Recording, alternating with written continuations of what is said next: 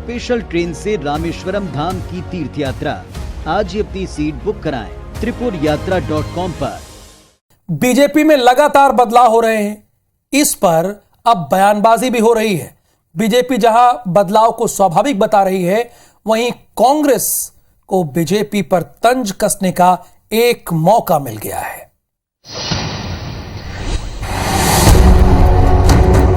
BJP में बदलाव का दौर चल रहा है। पहले प्रदेश अध्यक्ष, उसके बाद नेता प्रतिपक्ष बदले जा चुके हैं और अब कुछ जिला अध्यक्ष बदलने के कयास हैं। बीजेपी को किसी भी कीमत पर सत्ता वापसी करनी है। बदलाव की एक कवायद मिशन 2023 का हिस्सा है। 2023 में हम भारतीय जनता पार्टी की सरकार स्थापित करेंगे और कांग्रेस के माफिया राज से छत्तीसगढ़ महतारी को मुक्ति दिलाएंगे।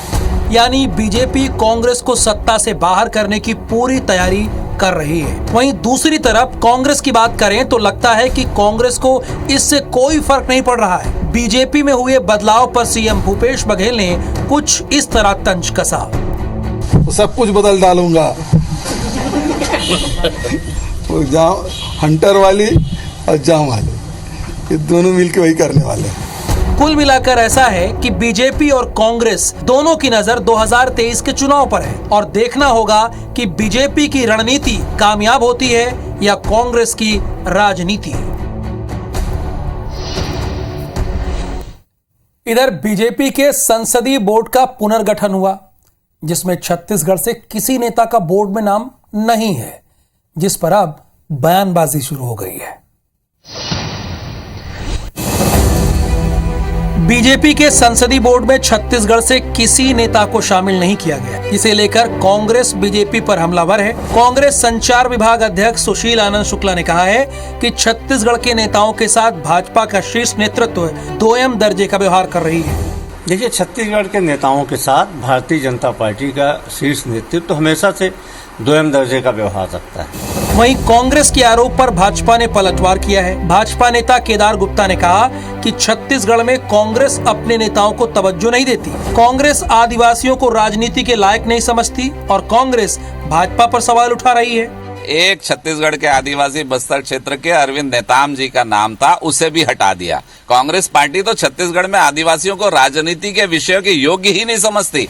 कुल मिलाकर हकीकत यही है कि संसदीय बोर्ड के गठन में शिवराज और नितिन गडकरी जैसे नाम भी हटे हैं और ये बीजेपी का अंदरूनी मामला है। कह सकते हैं कि बीजेपी रिफॉर्म के दौर से गुजर रही है। शीर्ष से लेकर राज्य स्तर तक बीजेपी में बदलाव देखने को मिल रहा है। आखिर इसके पीछे क्या वजह है, चलिए इसे भी डिकोड कर लेते हैं। बीजेपी की नजर अगले साल होने वाले विधानसभा चुनावों और उसके बाद होने वाले लोकसभा चुनाव पर है, यानी 2023 पर है और 2024 पर है। बीजेपी को कई राज्यों में सत्ता में बने रहना है या फिर सत्ता वापसी करनी है। बीजेपी को केंद्र में तीसरी बार फिर से आना है। संसदीय बोर्ड बीजेपी की नीति तय करती है, जिसमें इस बार जो बदलाव हुए हैं वो बताता है कि बीजेपी किसी तरह की कोर कसर नहीं छोड़ना चाहती। नितिन गडकरी जैसे नेता को संसदीय बोर्ड से बाहर करना बताता है कि बीजेपी बड़ बोलेपन पर लगाम लगाना चाहती है। वहीं छत्तीसगढ़ में होने वाले बदलाव का संकेत यह है कि सभी वर्गों को साधने की कोशिश करते हुए बीजेपी ओबीसी कार्ड खेल रही है।